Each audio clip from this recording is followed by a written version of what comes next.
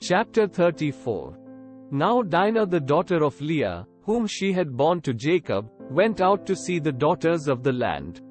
And when Shechem the son of Hamor the Hivite, prince of the country, saw her, he took her and lay with her, and violated her. His soul was strongly attracted to Dinah the daughter of Jacob, and he loved the young woman and spoke kindly to the young woman. So Shechem spoke to his father Hamor, saying, "Get me this young woman as a wife." And Jacob heard that he had defiled Dinah his daughter. Now his sons were with his livestock in the field, so Jacob held his peace until they came. Then Hamor the father of Shechem went out to Jacob to speak with him. And the sons of Jacob came in from the field when they heard it.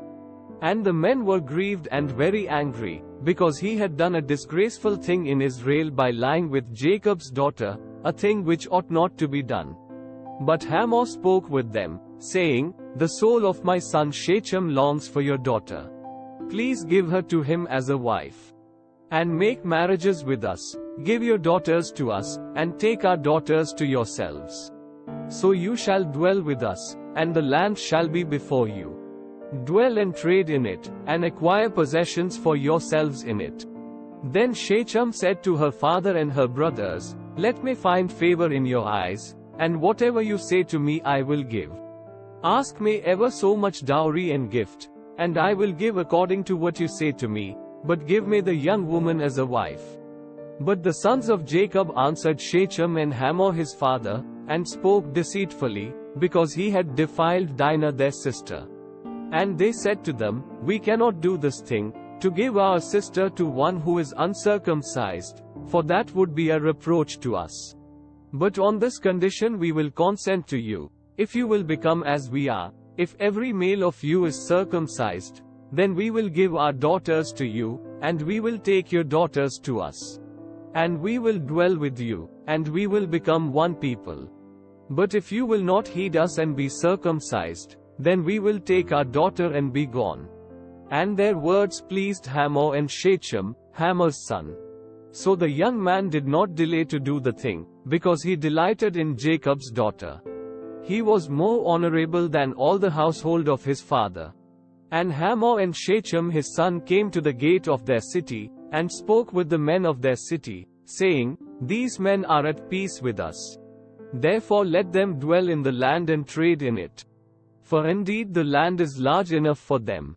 Let us take their daughters to us as wives, and let us give them our daughters. Only on this condition will the men consent to dwell with us, to be one people, if every male among us is circumcised as they are circumcised. Will not their livestock, their property, and every animal of theirs be ours? Only let us consent to them, and they will dwell with us." And all who went out of the gate of his city heeded Hamor and Shechem his son. Every male was circumcised, all who went out of the gate of his city.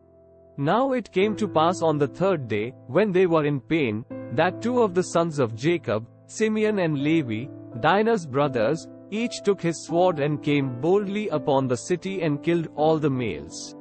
And they killed Hamor and Shechem his son with the edge of the sword, and took Dinah from Shechem's house, and went out. The sons of Jacob came upon the slain, and plundered the city, because their sister had been defiled. They took their sheep, their oxen, and their donkeys, what was in the city and what was in the field, and all their wealth. All their little ones and their wives they took captive, and they plundered even all that was in the houses.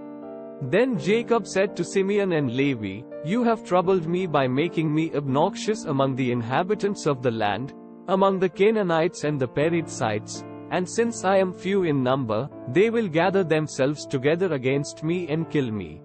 I shall be destroyed, my household and I." But they said, "Should he treat our sister like a harlot?" Chapter 35. Then God said to Jacob, "Arise, go up to Bethel and dwell there, and make an altar there to God, who appeared to you when you fled from the face of Esau your brother."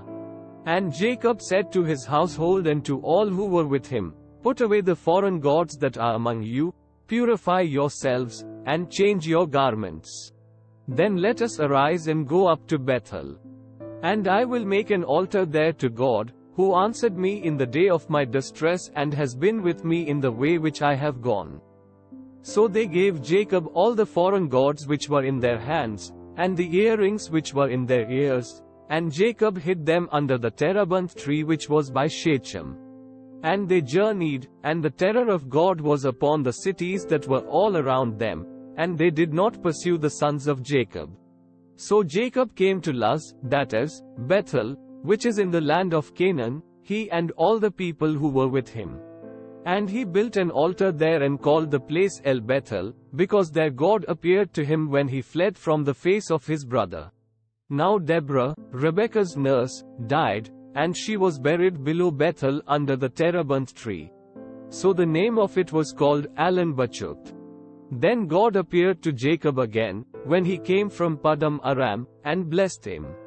And God said to him, "Your name is Jacob, your name shall not be called Jacob anymore, but Israel shall be your name."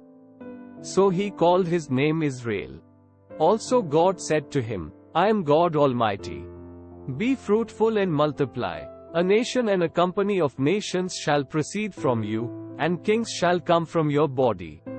The land which I gave Abraham and Isaac the first give to you, and to your descendants after you I give this land." Then God went up from him in the place where he talked with him. So Jacob set up a pillar in the place where he talked with him, a pillar of stone, and he poured a drink offering on it, and he poured oil on it. And Jacob called the name of the place where God spoke with him, Bethel. Then they journeyed from Bethel. And when there was but a little distance to go to Ephrath, Rachel labored in childbirth, and she had hard labor. Now it came to pass, when she was in hard labor, that the midwife said to her, "Do not fear, you will have this son also." And so it was, as her soul was departing, for she died, that she called his name Ben-Oni, but his father called him Benjamin. So Rachel died and was buried on the way to Ephrath, that is, Bethlehem. And Jacob set a pillar on her grave, which is the pillar of Rachel's grave to this day. Then Israel journeyed and pitched his tent beyond the tower of Eder. And it happened, when Israel dwelt in that land, that Reuben went and lay with Bilhah his father's concubine, and Israel heard about it. Now the sons of Jacob were 12. The sons of Leah were Reuben, Jacob's firstborn, and Simeon, Levi, Judah, Issachar, and Zebulun. The sons of Rachel were Joseph and Benjamin. The sons of Bilhah, Rachel's maidservant, were Dan and Naphtali, and the sons of Zilp, Leah's maidservant, were Gad and Asher. These were the sons of Jacob who were born to him in Paddan Aram. Then Jacob came to his father Isaac at Mamre, or Kirjath Arba, that is, Hebron, where Abraham and Isaac had dwelt. Now the days of Isaac were 180 years. So Isaac breathed his last and died, and was gathered to his people, being old and full of days. And his sons Esau and Jacob buried him.